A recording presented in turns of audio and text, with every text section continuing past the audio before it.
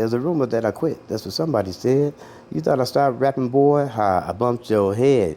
A mixed master spade. I'm talking to you. Come on, boom, boom, boom. You know, Spade was busting up laughing and stuff. You know, and I would just have to have 2 records, and I was mixing and stuff like that or whatever. You know, they.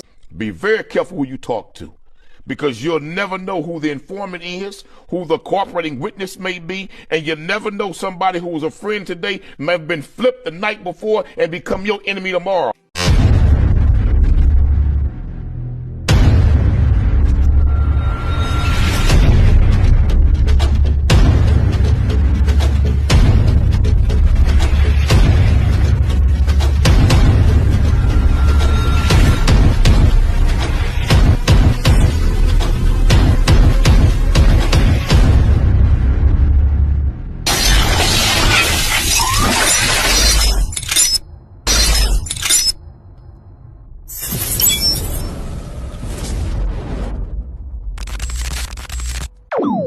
About humanity, putting truth in these lies, while they busy feeding lies. When you got that tunnel vision, gotta open up your eyes. Wake up and go to sleep. Man, I'm praying all times. And to my guys, ain't no other side. This for my brothers, I'ma pray with y'all shine. Lock the door. Go ahead, lock the door. Lock the door. Go ahead, lock the door. Yeah, you already know.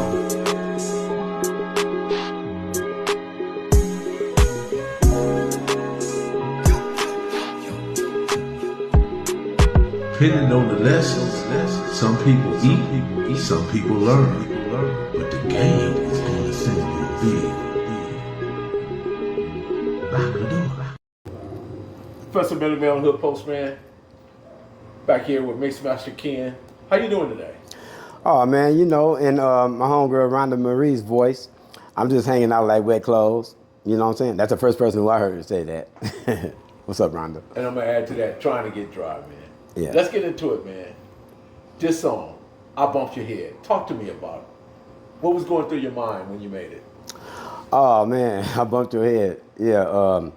Actually, it was Spade's idea for me to make that record and diss him or whatever, right? But as you can see, you know, those of y'all who heard it, and if you haven't heard it, pull it up. It's on YouTube, I guess. I didn't go in on him hard. I could have or whatever, but we wasn't mad at each other. We wasn't beefing or nothing like that, you know. So I just bagged on him and stuff because he was like, you know, I'll pay for it. I help pay, you know, I'll pay for it, you know. So, you know, he paid the studio time for it. A couple more people played a part. My cousin Orlando, my cousin Stinky, they call him Stinky. We've been calling him Stinky ever since, you know, he's a kid, you know, we're the same age, you know. Shout out to my cousin Stinky. What year would you say that song was made, Joe? It was made in 89. 89. It was made in 89, and I started on like in 88. You know, Toddy Tee had, came over to my house and got me. He said, "Man, I'm about to take you to the studio. We're gonna go do that song, I Bumped Your Head." I said, "You serious?" Yeah. I said, "All right." So, you know, back then, you know, different rappers, you know, different people was like, you know, we borrow mixing from this person, somebody borrow some records and blah, blah, blah, whatever. So, you guys worked together. Yeah. Anyway, I had to take him over to EAZY-E's house because, yeah. Because I think Todd had his mixer over there, or he had something that he needed. And so we went over there, you know, hung out with E for a minute. That was the day he introduced us to MC REN. They wasn't even Ruthless, you know, he didn't have Ruthless. Yeah, I think he had it was a little label called Comptown Records. And that was that was the beginning of '88. Easy said, hey, Eric told us, he said, "This is gonna be our year. This is gonna be my year, Todd." Like that, right? And sure enough, it happened, you know. So after we left from there, we went and got Dr. Dre. We drove out there in LA somewhere on Van Ness or something. I don't know, Van Wyck or something, whatever. And we went and picked up Dre. You know, I had that blue Brougham at the time, you know. And so we picked up Dre, and Dre was gonna do the beats for it, whatever, you know. And Or bump your head? yeah, if I bumped your head, right? And so he had us to drive to I think it was Hawthorne, to a place called Brico Sounds. And I think I had to get the big, it was a big square box, like the real thing or whatever. You know, took us to a couple of places to get a couple of things or whatever, you know, to make the record, you know. So we took him back, and I remember him calling me, telling me that he got to go to Mississippi, or they had to go out of town or something, you know, when he get back, he'd do it. You know, I had never made a record at the time. I was so anxious to make a record, you know, make the record or whatever. I ended up, we went over there in Todd's neighborhood, or it might have been Gardena. What was his neighborhood?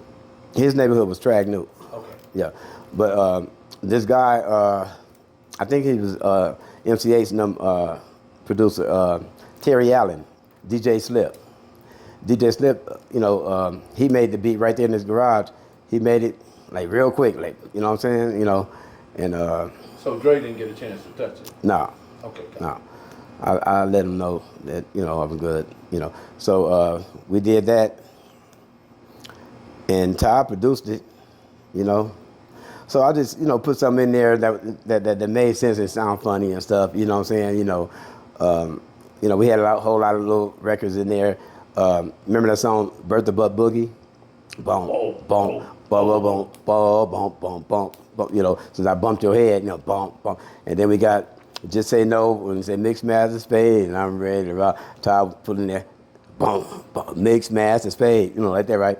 And then that record, Shout, Shout, Ready or Not, you know, I'm talking to you, come on. So it was like, on one of those verses, I think at the second verse, I was like, there's a rumor that I quit. That's what somebody said.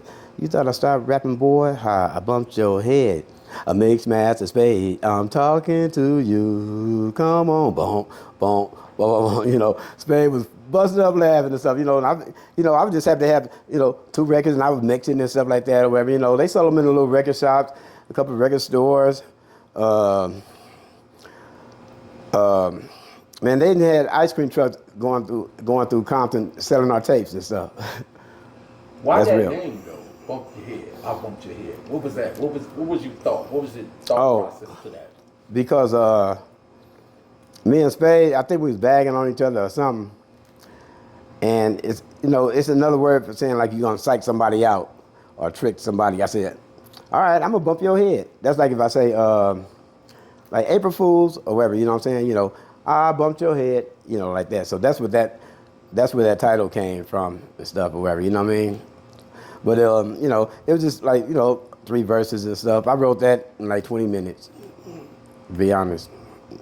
So when you guys was in your creative genius, what would the environment be like? Back then, because I'm trying to understand the studio environment. Was it anything? I'm sure it's not like today, but what was your environment? Give us a picture of what that environment was like. For the studio, see, like I said, my studio was my bedroom or whatever, right? You know what I'm saying? You know, my turntables and stuff, right? When I went to the studio, it was a whole different ball game. You know what I'm saying? You know, I never knew how to twist a knob in there, still don't. All I knew how to do was get in the booth. And the first time I ever went in the studio was when I drove TODDY TEE down there because he had to fix the chords on the Bataram. They didn't want him to say the Bataram, the word the Bataram, and rap it. And I just happened to be taking him down there, so they asked me to do it, you know. And so I was like kind of nervous. I'm like, nah, I don't want to get on this song. This is his song, you know. But they was like, yeah, you ain't got to rap or nothing. All you have to do is just say the Bataram. That's it, you know. And that's all I said. That's all I said on there. So Yeah. when you was in the studio when I bumped your head, who were all in the studio? How many people? Oh, okay. It was me, Todd, this girl I know named Maria. Yeah, Maria Root. And my nephew, Falon. So Spade wasn't even there. No. But Falon, I put Falon and Maria on my record. Because I was like, I'll take any mixed master apart. Mixed master Spade, Club, Diamond or Heart. And then Maria come in. Because it's hard, you know, like that, right?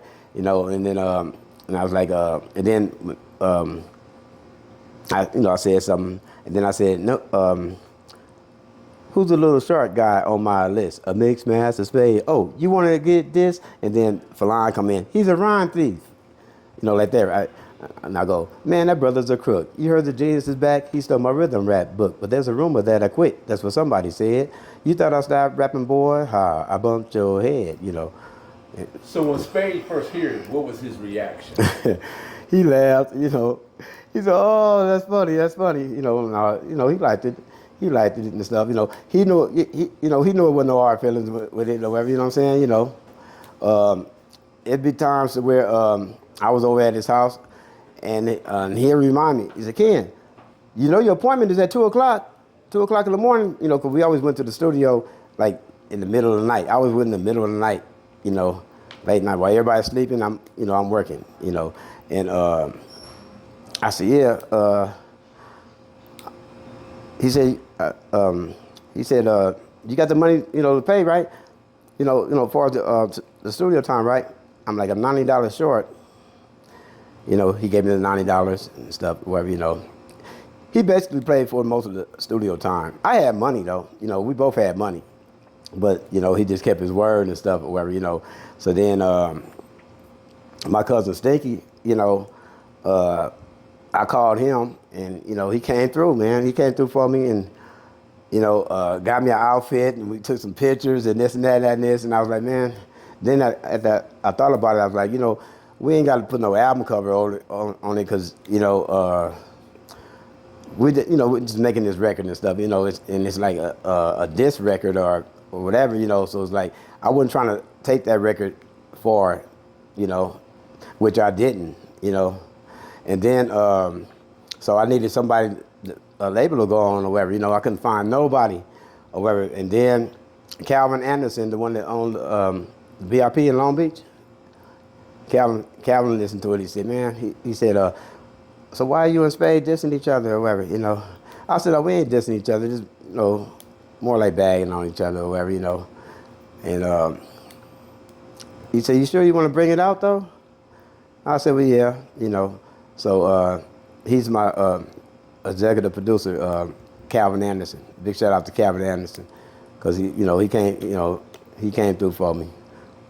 Him and Stinky. It appears that you guys, either you or either Calvin or maybe Todd, there's a tad bit of hesitation to it, based on maybe you didn't like the way it came out, or the impact. Was it any hesitation, or is it just something I'm sensing? Well, you know, they probably didn't want it to come out or whatever, because they knew it wasn't nothing really like serious about it. You know, it didn't have to come out like that. You know, maybe I should have just made My Name Ring Bells. I had a few songs that I wrote and stuff. You know, what was that like?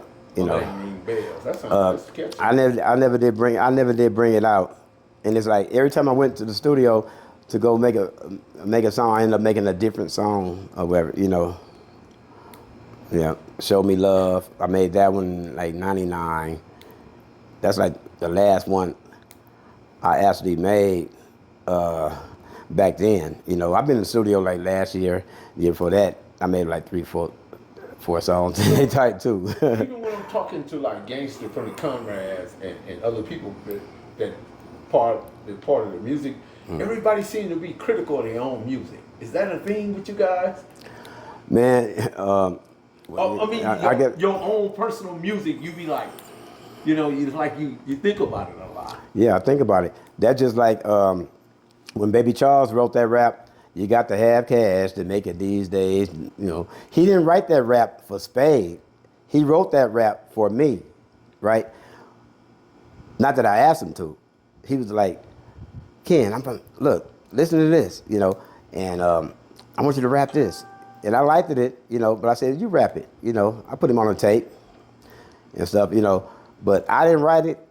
So, you know, but I was the first one singing those raps and stuff, you know. But I said, well, you know what? I'm gonna get it to Spade, you know. But Spade didn't know the whole rap and stuff until he went to that studio. That studio saved him, you know what I'm saying? You know, that studio saved a lot of people, you know. They couldn't rap or whatever, you know, because them punchlines and all that stuff was saved. Because they were saying that Easy, he didn't really know how to rap. But yeah, I mean, what appeared to me was like, okay, he sing, he got it. He got it. Yeah, he got it. I mean, you know, it's a lot of people that didn't know how to rap and they catch on. You know, you catch on to it. You know what I'm saying? Or you have the right coach, the right producer. I think it'd be a lot to do with a vocal registry too. What is your vocal registry, right? Yeah. Because Easy had such a distinct voice. Nobody has a voice like him, right? Yeah. I think that might have been what catch. Yeah. The same thing with MC Ren. His vocal registry is different. Cube was different. And yours and T and King T and Todd and all these different people. Yeah. I think that has a lot to do with it. But those cool rap styles, I mean, the cool voices in my mind was Mix Master Spade, EAZY-E, DJ Quick. Oh, I like Quick. Hossie. Quick and his whole team had a good voice. KK&D and Hossie and Quick. I could, you know, it's like I could barely tell which one was which, whatever, you know what I'm saying? But I like songs like that. That's like Run DMC, Run and DMC, or whatever, you know. Who was that? Moving to the 90s or whatever. Trey D and Goldie Lowe, you know, just different, rappers that and they on the same team and they kind of it's like which one is that one? Which one is that one? I like songs like that or whatever, you know. What do you think about DJ Battlecat? What's your thoughts? Oh man, DJ Battlecat go a long way back, man. DJ Battlecat is a dope producer. He's a genius. I think he's one of the dopest, man. Me personally. Yeah, Battlecat. That's a trip. I'm glad you brought up Battlecat because if you just knew how many songs hit songs that you done heard, or whatever, you know, he did it. He had something to do with it. Battlecat, DJ Battlecat. Shout out to DJ Battlecat. Yeah, shout out, Cat. Yeah. That's real. What's your thoughts on today? I mean, being that now Eazy's gone, Spade's gone, and do you reminisce about those days when you guys were all together in studio and different stuff? What do you think about that? Yeah. And I don't know what's going on with MC Ren. I don't know. MC Ren's a dope producer. I mean, a dope rapper too. I don't know. I haven't heard from him in a while, but I only, I met him once. I met him once through EAZY-E. You know what I'm saying? You know, and he did a lot of writing, for NWA too, as well as Ice Cube. You know. Yeah. Well, Professor Mellyville, Miss Master Ken, lock the door. Cali Miners, baby. Proof of grind all the time. Music money. Got a dollar sign. Hub City. I'm a street nigga. Streets fuck with me. I'ma keep pushing products till the fans get me. It's guap off top. Diamond Cartier. That nigga wall won't give a broke bitch the time of day. They see me climbing. They see me shining. That's hard work. Proof of grinding. New money got me tipping in that 550. Ali, bad man, and I'm so pretty. I got that tech with me. That's my hater sprayer. Go big, grind now, nigga, play later. What can I say?